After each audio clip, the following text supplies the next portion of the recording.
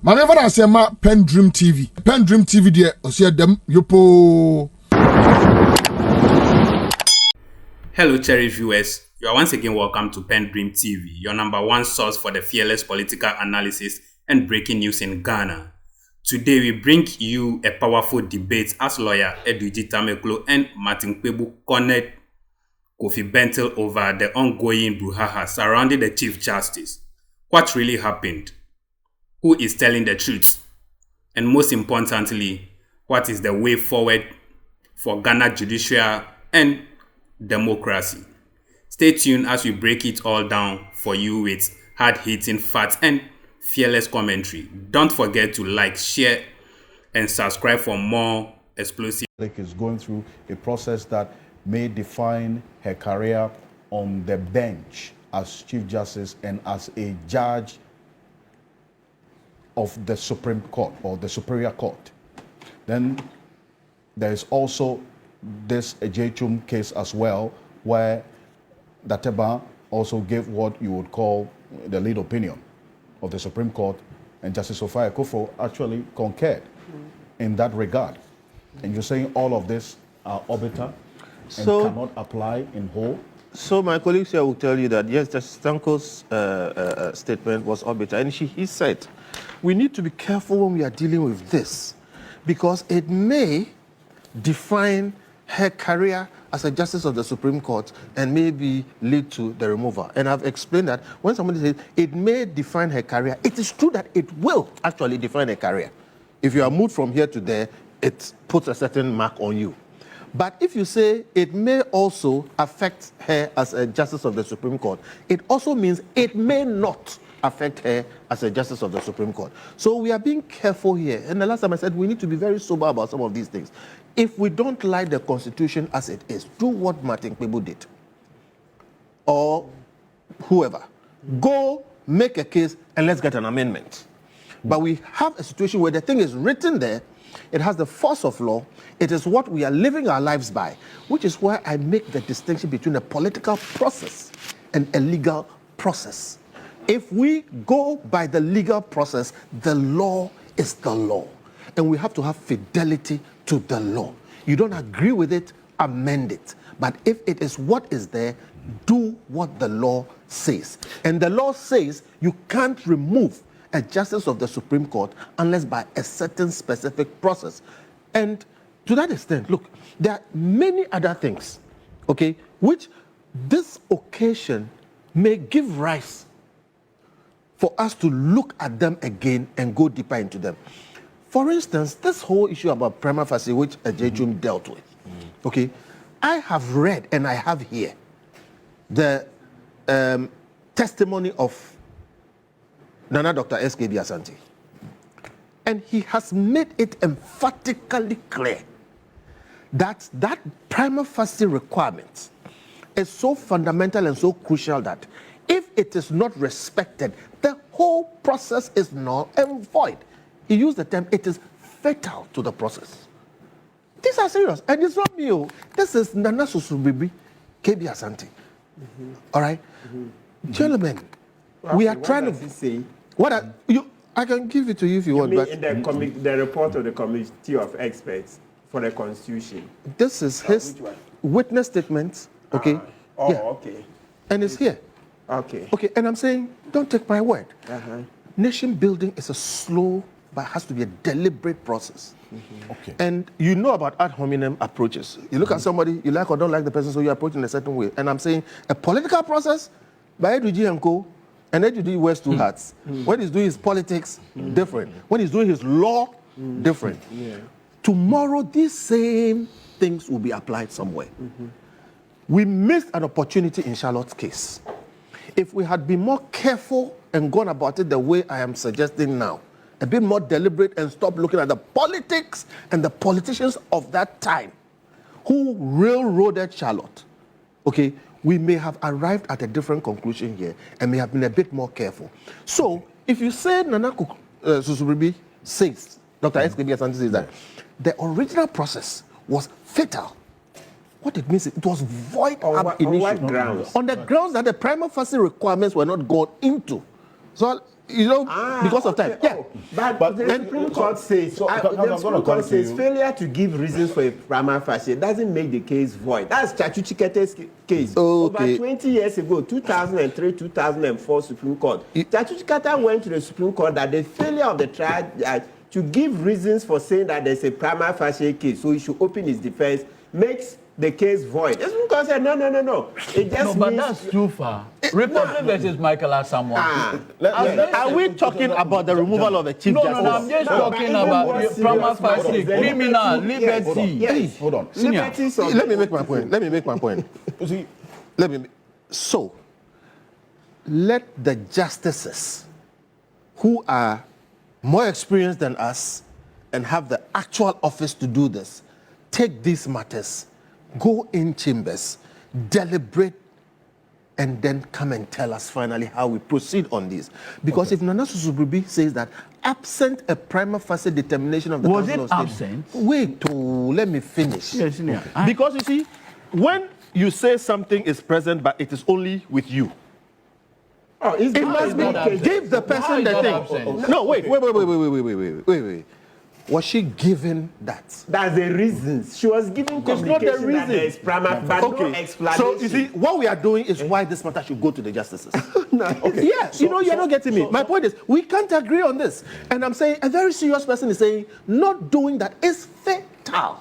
No, so I'm simply saying, said otherwise. It's not what SKB Asante says. Well, you are not hearing my point is the fact that we disagree is the reason why it must go before the agreement. The law has been clear that if you fail to give reasons, it just shows you are biased, you are thoughtless, there's malice. Okay, so that's what the Supreme Court said. So you can make these allegations that... Dr. SKB Asante says that it is this.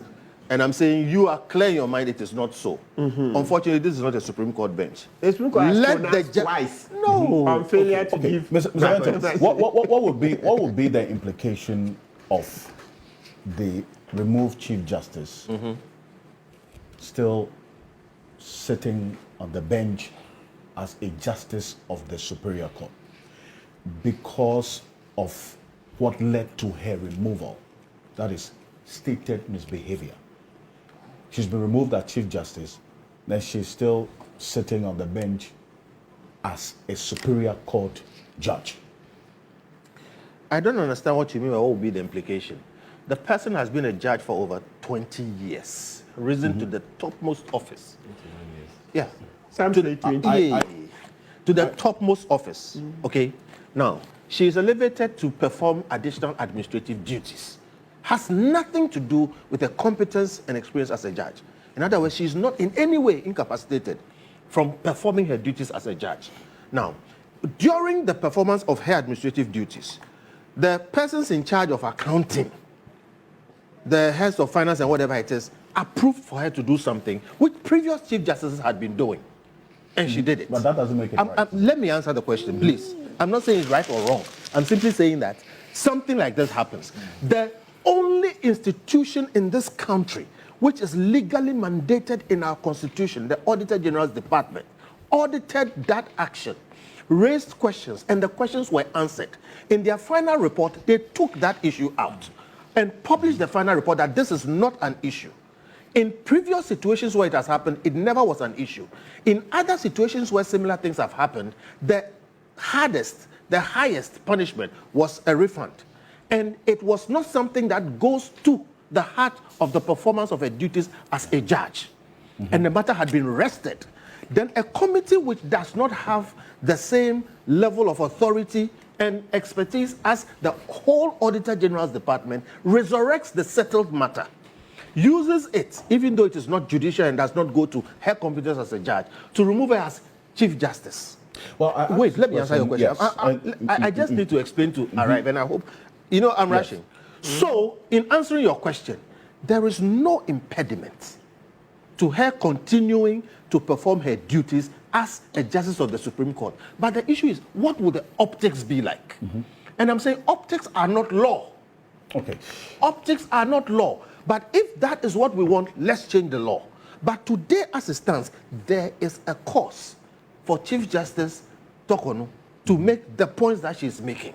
So let it be a legal process not a political process. If there are opportunities in the law to expand this further, let us go through it and let things fall where they may. But let us not foreclose it. By all means, there has to be some declaration on this. There has to be, for our future sake. Right. I asked a question premised on Article 128 because you referenced the fact that to the extent that, yes, she has been removed as Chief Justice, but then again, that power does not extend to her removal as a Justice of the Superior Court.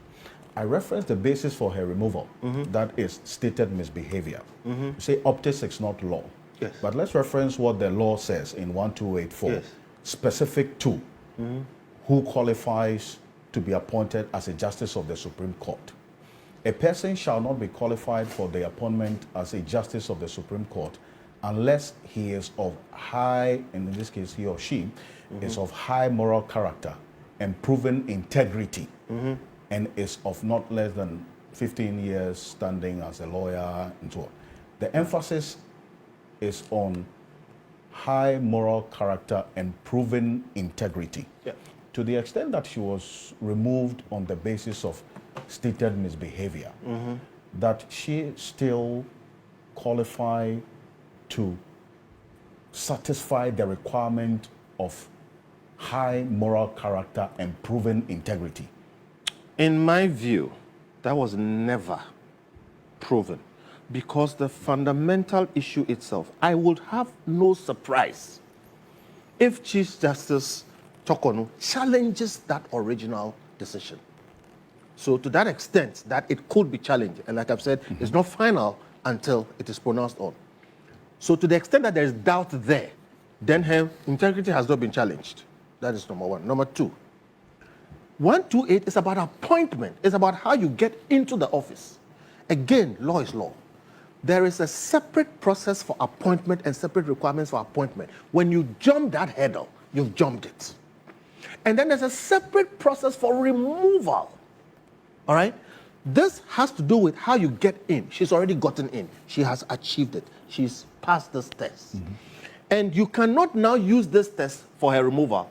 And if the removal, assuming without admitting, that proved that she didn't have whatever high moral, it still is not grounds for removal. It's not grounds for It's removal? not ground for removal. Why is that? The removal has to go through the process. And when the process is gone through and they have arrived at that conclusion, it is after that conclusion that then we have those grounds. And I'm saying, to the extent that it is still not final, because I said I wouldn't be surprised if Chief Justice Tokonu, and I've told you because of what Nana Susubibi, Asante and Co have said, that determination itself, the composition and other things, may challenge that.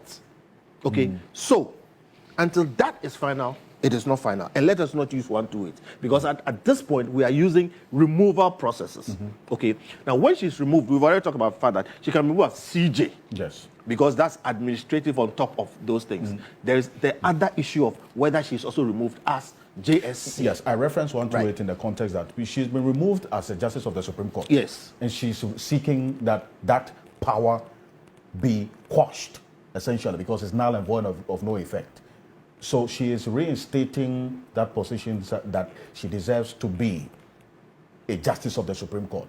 I reference this based on the qualities that a Justice of the Supreme Court should have as enshrined in the Constitution. Yeah.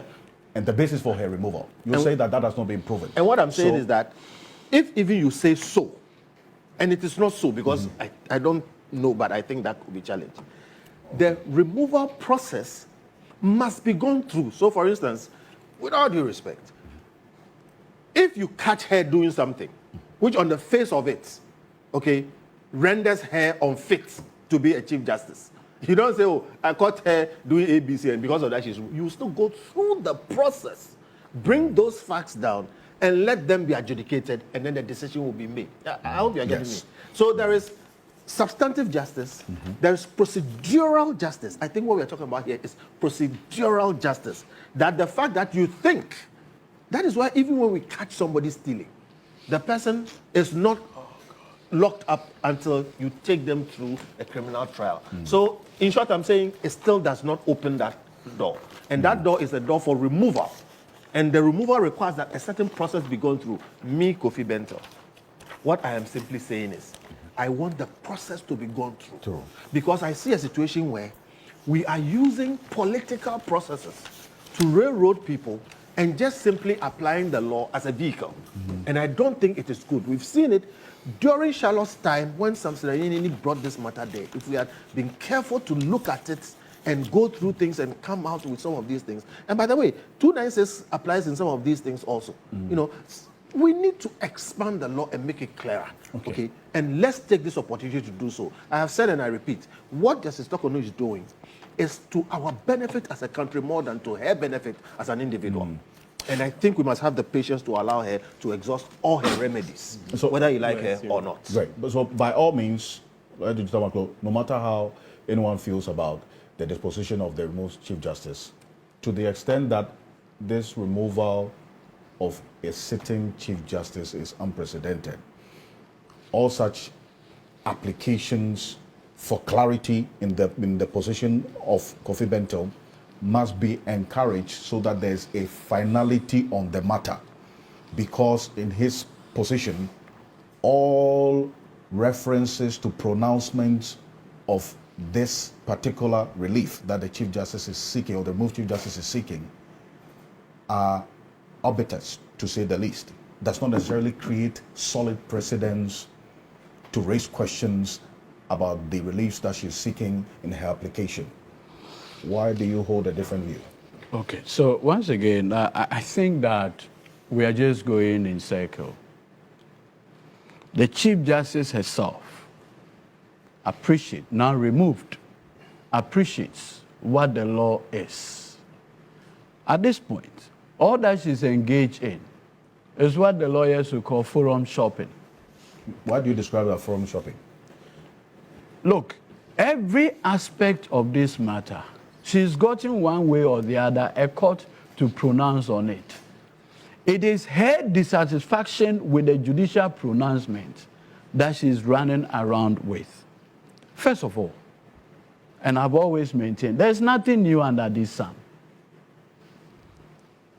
My senior Bentil talks about obiter. I don't know exactly what he's referring to. Frank Ajechum's decision is extremely comprehensive.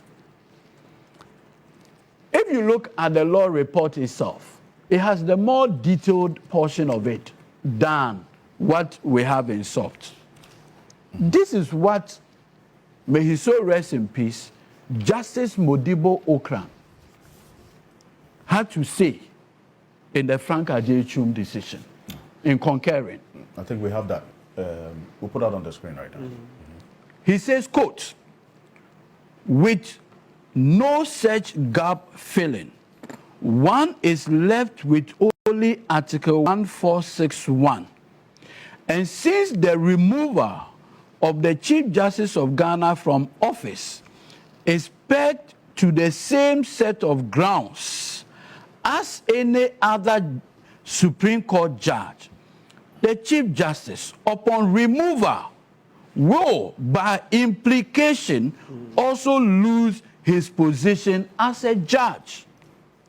As unfortunate as the consequence will be for our hypothetical judicial brain turned disastrous administrator, I would have to agree with the plaintiff's position. That's not an obiter. That's ratio. But that also makes me wary of any interpretation of Article 1466 that will make it easier to remove the Chief Justice on courts. So that is clear without ambiguity. And do you have the plaintiff's position to read? No, I'm coming. I'll come. Just read it. No, hold on. Wait. Because do you know why? At that time, Brata Kwete wanted Chief Justice Akwa removed. Yeah. And that is what caused, what shall I say, Frank Ajechum to intervene at the Supreme Court. Not only did he want him removed as the Chief Justice, he also wanted him removed as a justice of the Superior Court. Do you know why? Because the Supreme Court, in reading Article 1281, what does it say? Let me just read Article 1281. And it brings everything into proper perspective. It says, quote, the Supreme Court shall consist of the Chief Justice and not less than 9 other justices of the Supreme. So she is first and foremost a justice of the Supreme Court and a Chief Justice. It is not all. It's not disjoint. So that you will say that she is a Chief Justice, Chief Justice. No. She is first a justice of, and so if you read Article 128, you can put it out there. Article 1281. It says, quote, the Supreme Court shall consist of the Chief Justice and not less than 9 other. 9 other. Because what it means is that she has the same characteristic as the other 9 judges. That's what it is. And so once you are removed, your umbilical cord, the cord, is completely taken, detached. But if that's the case, why does the Constitution specifically state the process for the I'm coming there. You should have read this one. Please. It says may only be removed. Please, no, when you read it, senior, this wait. is the Constitution. Wait. No, 1462. but It says First of all, nobody reads constitutional text in isolation. No, but that does not be removed from office except on shall not be. So Wait. You 146. see when you were submitting, for good reasons, it should be done as a whole. So I'm coming there. Without this, So I'm coming there. Hold on. I'm coming there. 1462. In Frank Ajechum, the court, hold on. Very strong. The We'll court, reference 1462. Yes. This is what Hold on. the Ajechum decision was not a cavalier decision. The court construed other constitutional provisions, and in a very interesting manner, even imported provisions just to make meaning of the Constitution. Why? The issue of prima facie was never an attachment relative to that of a Chief Justice. My Lord Justice Dateba then said, quote, because she is also a Supreme Court judge, if in the case of a Supreme Court judge you are making a prima facie, then attach the same thing to her. Is it not in the reasoning? And go through the process. So how suddenly you are creating a constitutional dissonance? And go through the process. You don't do that in doing interpretation. Okay, hold on. Please hold on. Why the reference to 1462? May not. A justice of the Superior Court of Judicature. Please hold on. Yes. Or a chairman of the regional tribunal may only be removed in accordance with the procedure specified in this article. It is there. And It is the reference. Why are you doing this? Hold on. Senior. Hold on. First of all, you see, even this one came out under the attack. So if you read this provision, the Supreme Court's attention was drawn to this provision. And my Lord Dateba said, listen, this one says that a justice of the Superior Court of Judicature, like any ordinary Supreme Court judge, High Court, Court of Appeal, should be removed by the procedure specified here. Yes. And this procedure includes the determination, prima facie determination. Then Dateba said, look, when it comes to the Chief Justice, you don't find that expression relative to the Chief Justice. Okay. That is what got Dateba to say that to the extent that... Gentlemen, please Yes. thank the many of you. And we sincerely apologize for this break-in transmission. The most important thing is that we're back. And Lawyer Edudzi Tamaklo. Let me just do a quick one. Yes. So the point I was making is that if you look at Article 128 of the Constitution, 128 says that the composition of the Supreme Court shall the Chief Justice and 9 other justices. So first of all, she is first seen as a judge of the Supreme Court, then a Chief Justice. So it is one and the same. It is just the performance. So when it comes to the Chief Justice, she has an elevated administrative role added to. And so if you look in the Ajechum decision, my Lord Justice Databa then took the view that in reading 146, what you see is, it says, like you just showed, 1462. Let's put that 146. It says that a superior court judge and the chair of the regional tribunal or may be removed in accordance with the procedure specified in this article. And the procedure includes a determination, a prima facie, and all of those things. You understand? A different composition of a Please hold on. Please calm down, step by step. So whereas 146, 1 and 2 says that unless in accordance with the procedure specified, that procedure includes the prima facie determination. However, when it comes to Chief Justice, it jumps and does not make any reference to prima facie determination. So when it got there, Justice Databa then says no. Even though there's no specific reference of the word prima facie relative to that of the Chief Justice, because she is first a judge of the Superior Court before a Chief Justice, that process should apply. And that is how that mischief was cured in the Frank Ajechum decision. Right. It's instructive to note that if you read further the Frank Ajechum decision. So that position cannot be described as an arbiter? No. It was a main argument. And now I want to go back to the legal submission my senior Nana Santi Bedietu made in the Ajechum decision. Because you will notice that in Ajechum, the argument Ajechum canvassed were agreed. It's what the Supreme Court finally brought finality to. Now, I want to read the argument that was made by the lawyer, Nana Santi Bedietu. It reads in paragraph, it starts from paragraph 10.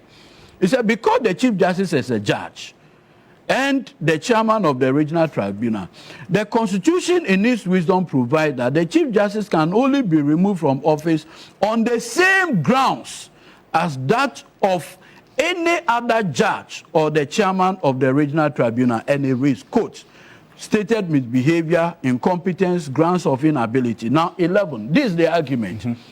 Thus, the Constitution makers by the expression shall not be removed from office except prohibits the removal of a justice of the Superior Court or regional tribunal from office on any ground other than the one stated in Article 146. A Chief Justice, now this is instructive, a Chief Justice being a justice of the Superior Court can only be removed from office on the ground set up in Article 1461 and no other ground. And what are the grounds? Now listen. So I'm coming. 146 deals with 1461 deals with stated misbehavior, incompetence, inability. And in the case of Tokono, she was removed on stated misbehavior. The argument on incompetence was rejected by the committee. Now, most importantly, 12. These are the arguments being put before the Supreme Court by Bedietu. The Constitution does not provide any separate and distinct grounds other than those set out in Article 1461 for removing the Chief Justice, qua Chief Justice, from office. Thus, under the Constitution, a Chief Justice cannot be removed as a justice from office and remain on the bench as a justice of the Superior Court. He can rather be removed from office on the same ground as justice of the Superior Court. Now listen to Justice Modibo Okran. In response to this beautiful argument by Bedietu, he says, personally, I do not agree with you. It's unfortunate, but that is the law. And so, that's what Professor Justice Modibo Okran, may his soul rest in peace, In his reasoning, So that's what you say there. He said, as unfortunate as the consequences will be for our hypothetical judicial brain, turned disastrous administrator, I would have to agree with the plaintiff's position, but that also and the plaintiff's position was canvassed by the lawyer Nana Santibedie too. He continues. That also makes me wary of any interpretation of Article 1466 that will make it so easy to remove the Chief Justice. And so you see, even at that time, there was some apprehension by the judges that it would be so easy to remove a Chief Justice. Yes. But the court said, look, this is what the plaintiff is saying. Yes. Regardless of our emotional attachment with whatever or sentiments, we believe this is the law. What the plaintiff is saying is the law.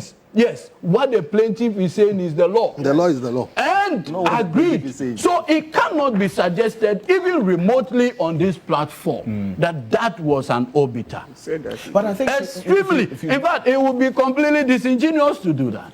What is even instructive is the idea here that the view of Nana Asante Krobia, SKB, who was only a member of the Committee of Experts. The Committee of Experts did not write the Constitution.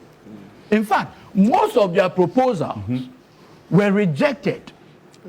You're making a different argument, please. No. What I'm saying is that evidence to the committee. I'm not talking about his. No, I agree. But what I'm even saying now, even at that time.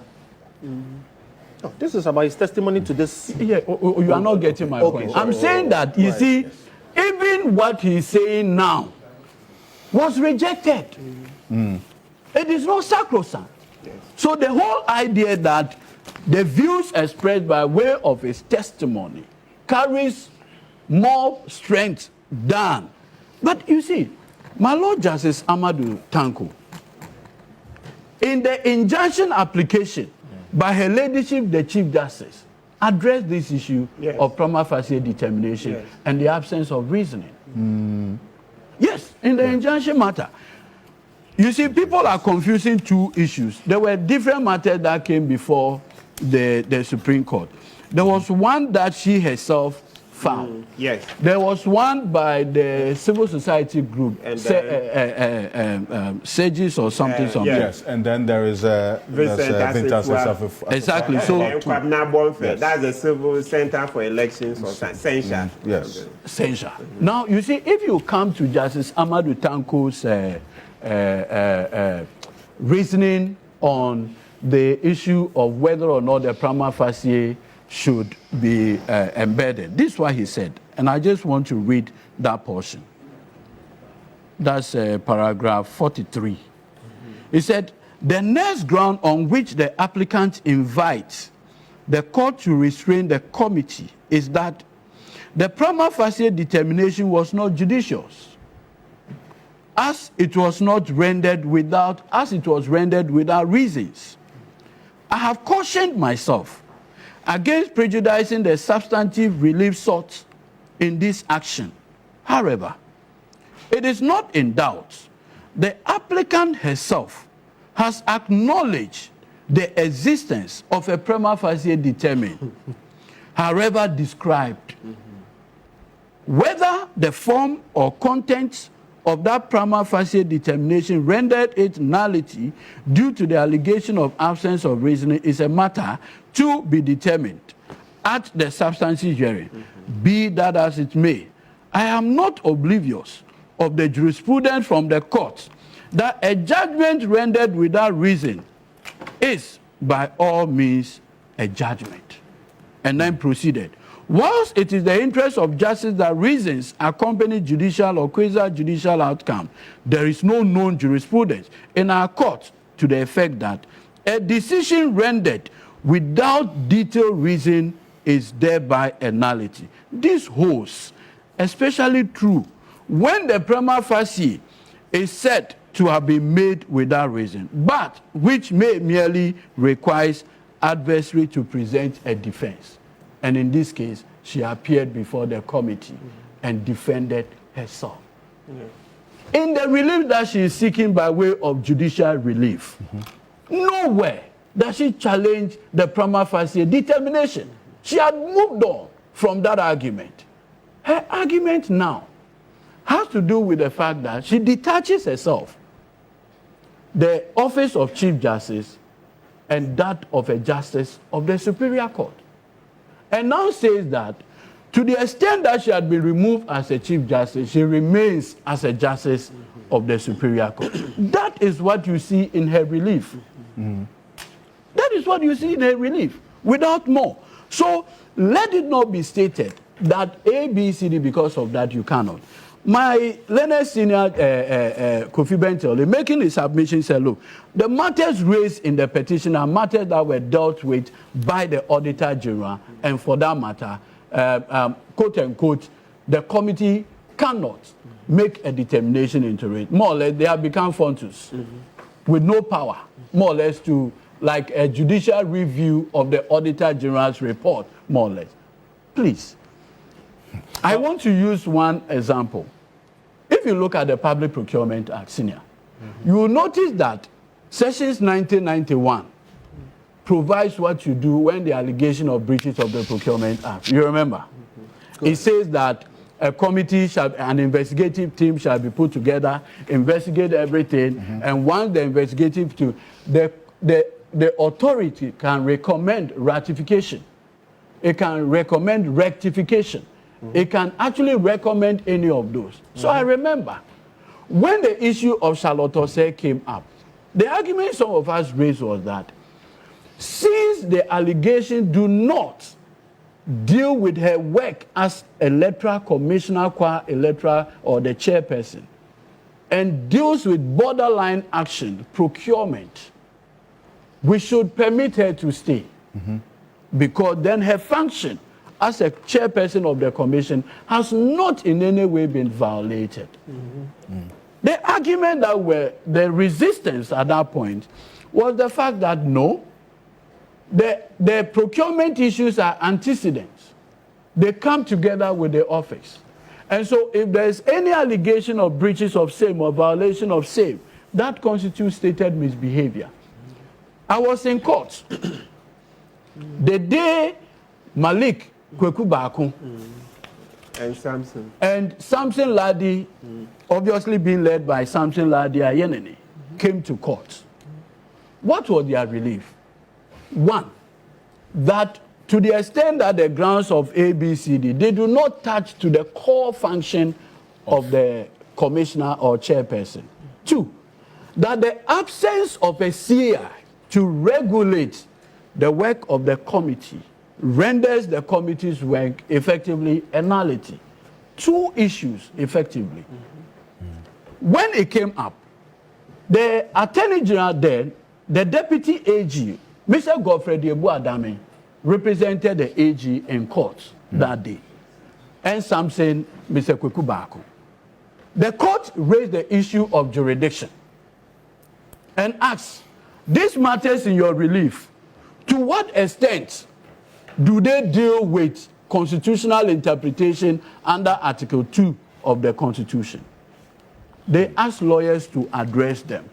I remember vividly the words of my Lord Justice Nene Amegache to Samson. He asked him, counsel, are you saying a public officer who has violated the Procurement Act is not a stated misbehavior? In open court. And that is how the court ended up throwing. What did the procurement authority say? Please.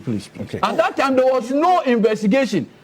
So our argument was that since the statute had provided a remedy, that remedy ought to have been followed first, concluded on the matter, and advised that this one you can't even do ratification.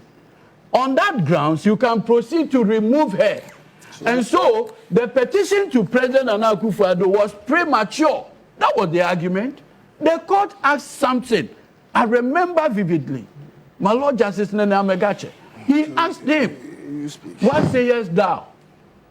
And that is how the court ended up dismissing, throwing away the suit Mr. Kpebu brought to challenge the removal. It has also been suggested, and I'll maybe conclude on this, that absence a CI pursuant to Article 296 renders everything a nullity. That argument has been made. You see, thankfully, again, nothing new under the sun. When President Mahama pardoned the Muntie 3, my senior Eliklim Agbamava and senior Tuayebua issued separate rates at the Supreme Court. The Supreme Court consolidated it. My Lord Justice Bene rendered a judgment of the court.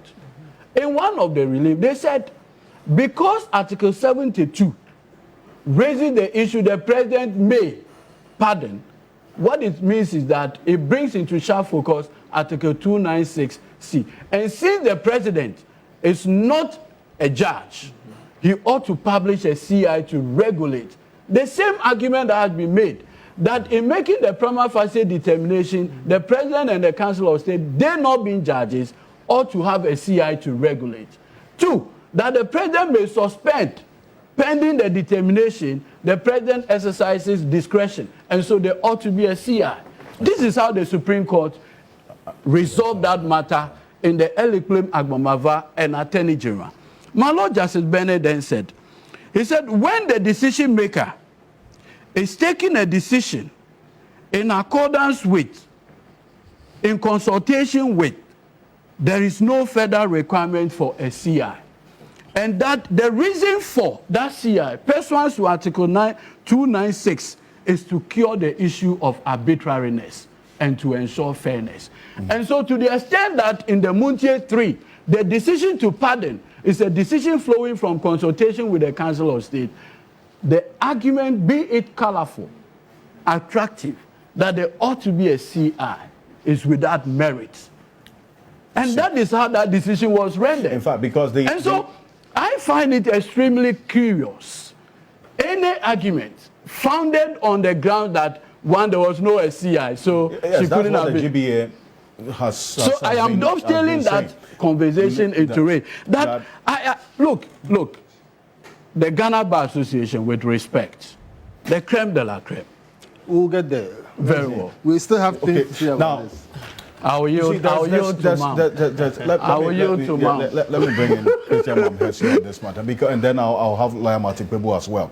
When you look at page 804 of the Prophet Justice Modibo Okran's reasoning in this matter of Frank Adiechum versus the AG, it's interesting. One aspect of a question that he raises, and I'm going to read that because it flows from something that Edudzi Tamaklo referenced, that an interesting inferential question arises, and I quote, let's put that on the screen. It says, since the grounds for the removal of the Chief Justice, and this goes on, let's go back.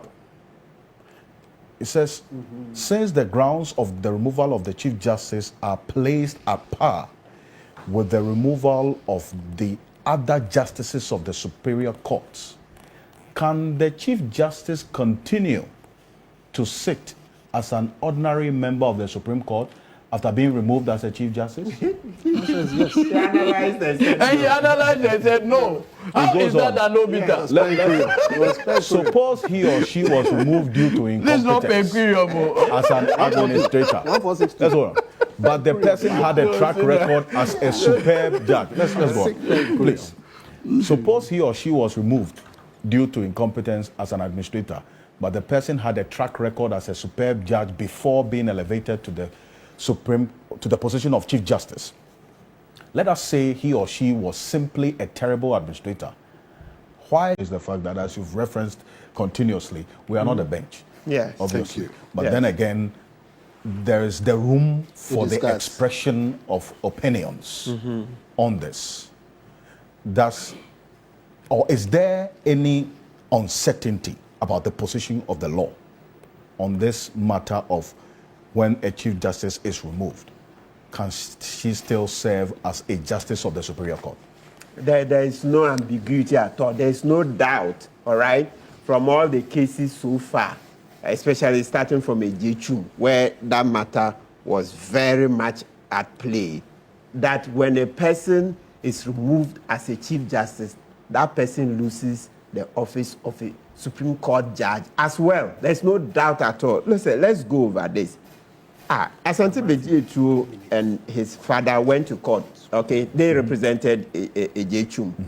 Let's go over the argument. Edudzi read it, but let's read it again. Of course, when I was coming this morning, I wanted to read it because some lawyers are saying it's obita. When we say obita, so they are trying to say that it didn't concern those statements that the Supreme Court made. Were not necessary for resolving the case that Ejechu brought. So I mean that it was irrelevant. It's just that they were talking.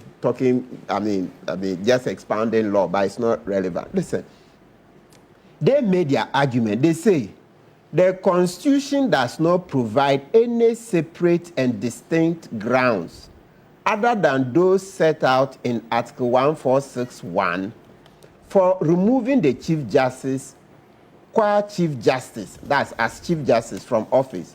Thus, under the Constitution, a Chief Justice cannot be removed as a Chief Justice from office and remain on the bench as a Justice of the Superior Court. He can rather be removed from office on the same grounds as a Justice of the Superior Court and by implication lose his position as a Chief Justice. You see, they said, and by implication lose his position as a Chief Justice. And that's why Modibo Okran said, yes, what you are saying is right. And now you turn back and say, no, nobody asked the Supreme Court to make such determination. If you didn't put the argument there, would they be answering you? That was the argument that was made. Edudzi read it. We are reading for emphasis. You sent the argument there. Did anybody put a gun to Ejechu's head and his lawyers to make that argument? They thought it was relevant for the case, and so they made it. No, and then you come to what Dateban. So we read Modibo Okran. Dateban is the one who gave the lead opinion. So let's see what he says at that side. Let's come here. So Dateban says at page 775. Page 775. Let's go to the last paragraph. He says, as far as the Chief Justice is concerned, I think it is reasonable to link his conduct of his administrative responsibilities with his position as a justice of all the superior courts. So you see, that the bar says they are linked. Justices of the superior court are required to adhere by, maybe now we'll say to, certain judicial ethics, which can be infringed by the conduct of a Chief Justice. You see? So he said justices of the superior courts are required to adhere to certain judicial ethics, right? Which can be infringed by the conduct of a Chief Justice in the performance of his administrative acts. You see it? So that's it. So you are acting as Chief Justice, but certain conducts also affect your, what do you call it, conduct as a judge. And what do we say here? Here we've lost 367,000 Ghana cedis because Chief Justice signed for that money to be given to her husband and to be given to her daughter, the per diems and the tickets, all that. So we're saying it's illegal. In actual fact, what the committee is saying is that there was no right whatsoever to take that money for the Chief Justice family. It's very grievous. Look, we're even being very charitable. That's why I keep saying the more you push this point, then the more you would cause people to go and file criminal charges. Somebody will go and file. Yes. You talk about criminal. Yes, criminal charges. Because the Chief Justice herself, the Chief Justice herself in the Abroad DC case, the presidential spouses, she said no. Article 71 is very clear. Wives of presidents and vice presidents cannot take money from our public purse. Not knowing at the time she had already taken some for her family. How? They are sitting in judgment over other people that no, Article 71 doesn't allow that money be paid to spouses of president, vice president. Meanwhile, but then you are taking money for your spouse and children, a child. I mean, it's ridiculous. So let's not push it. The more you push it, the more ridiculous. And look, I have people sending me messages that viewers are very angry that, look, we are pushing this argument too far. We are pushing it too far. How can you say that a ban is showing you that in your conduct as Chief Justice, there are certain things you do which also affects your ethics as a Supreme Court judge? So you see how it's linked. It's a consolidated process. So if you come to the facts of this case, we have lost what? 367,000. Who asked that the money be paid for the tickets and for the spouse and for the daughter? This is not child's play. And let's nail the final fact. Look, millions of our citizens don't earn even 100,000 the whole year. And you have one family just blowing this in 2 weeks or less, and you think this is a child's play. Where? No, let me land. Where? So show me. Is that so? The constitutional matter is that. Can you show me there? Is it in the Wando report, or is it in the Rama Ade report or Green Street report, which says that when the Chief Justice is traveling, they should pay spouses per diem, pay children per diem? That's a very grave constitutional matter that people want to play politics is. Where in the various reports from Green Street on Ramadi, Buando, etc. Which of the reports say that you can pay the spouse of the Chief Justice any per diem or pay the child of the Chief Justice any per diem? When in actual fact, the Chief Justice herself in the Abronye and then Dafia Mepo, those cases, had said that you can't do such a thing. So let's stop playing with this and then making very arid arguments that go and start afresh to remove her as a Supreme Court judge. When the Supreme Court itself is saying that the two are interlinked, it's a consolidated process. It's farcical, very, very farcical to say that we should go and start from scratch and remove her separate. That a bar says your ethics, things you do as a Chief Justice, also affect you as a Supreme Court judge. So it's one combined process. You are removed as a Chief Justice. You are also removed, ipso facto, as a Supreme Court judge. Let's not toy, because, like as I say, viewers, the lay people are not having it easy. That some of these things, do these arid arguments. Okay, well, and let's do this quickly. We need to go for a quick break. And if you are seeing these bottles on the table, I just need to remind you that UGL Premier Fresh Natural Mineral, an intervention you were making earlier in a minute.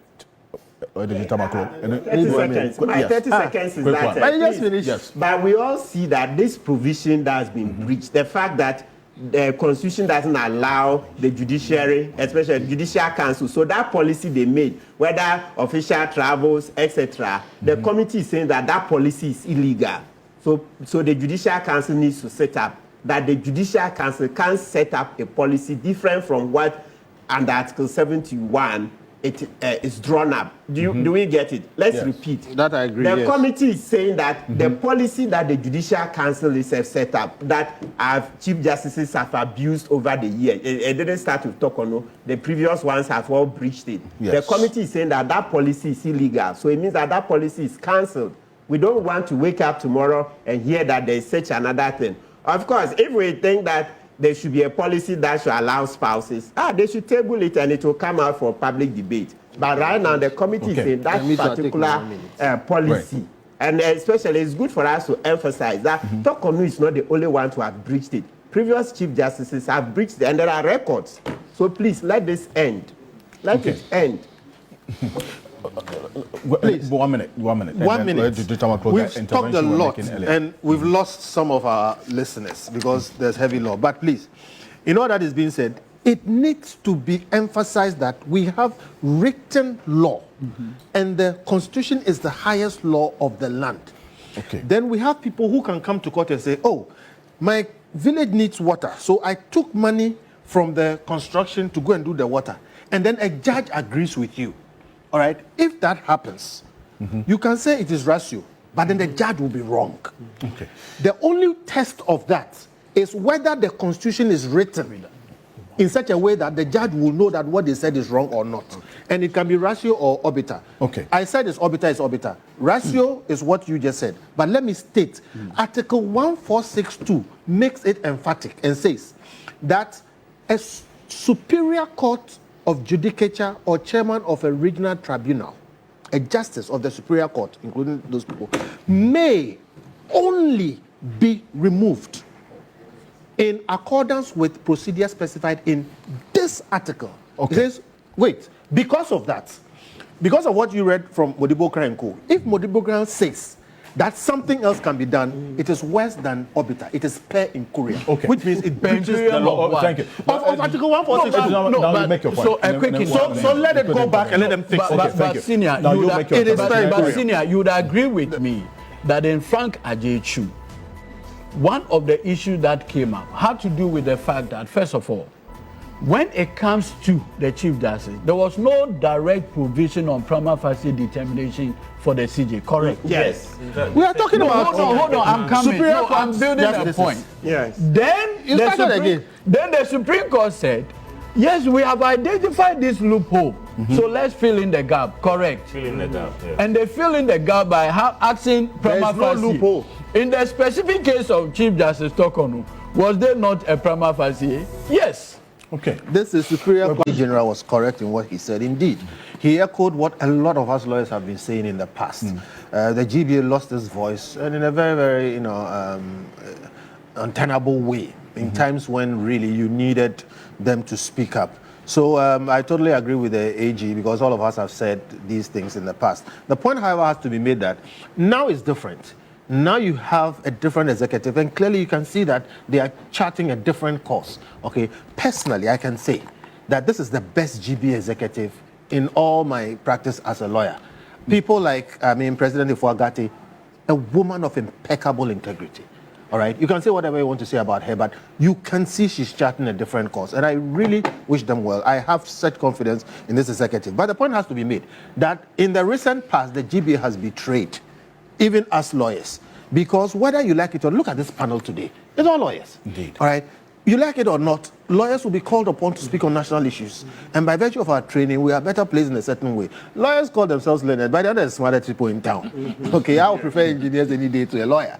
But it comes with a territory, that you have to do some of these things. So the GBA, being the kind of association it is of lawyers, should have been more forthcoming in times when we needed their voices to be speaking on some of these national, issues. And I think going forward, they should do so.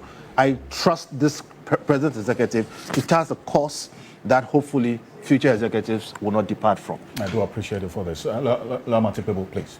Yeah, okay, so I largely agree with my colleagues, because the record will show that the GBA didn't speak up as often as we would have wanted them to do.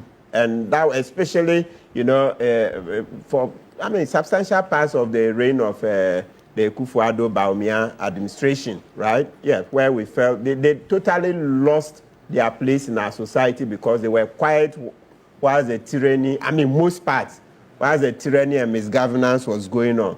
So now people are, holding the GBA's feet to the fire. It's justified. Next time they shouldn't lose that relevance. So it's good. It's good. It's good they are getting this feedback from the Attorney General and generally the bar, so that they will sit up, so that we will reduce the partisanship. Because at the point it was very clear that, look, the GBA was too much in bed with the previous administration. They didn't hit hard.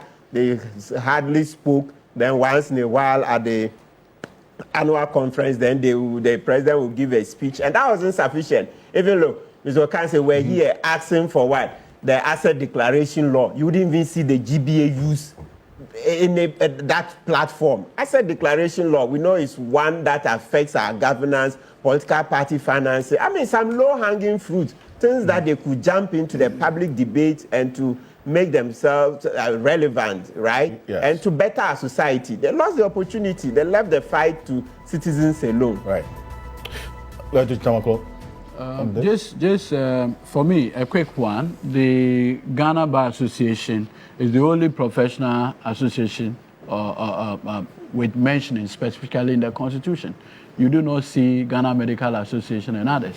What it tells you is the respect that even the framers of the Constitution place in the GBA, and that particular respect requires that they be a bit more consistent and forthcoming.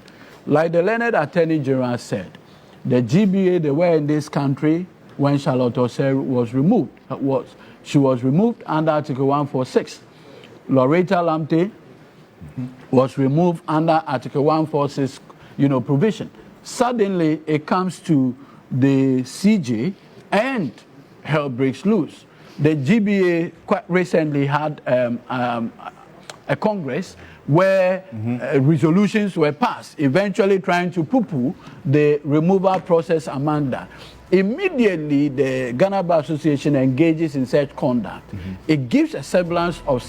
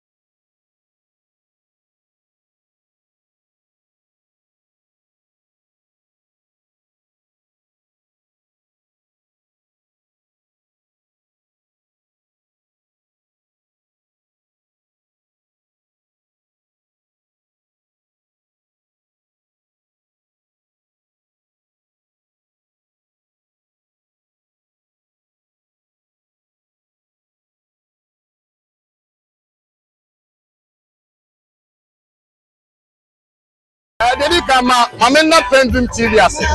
Na so far so good. Say open online portal e wo Ghana. Nipa share, nipa follow, nipa comment here. To my best of knowledge, without any biases, PENDREAM TV.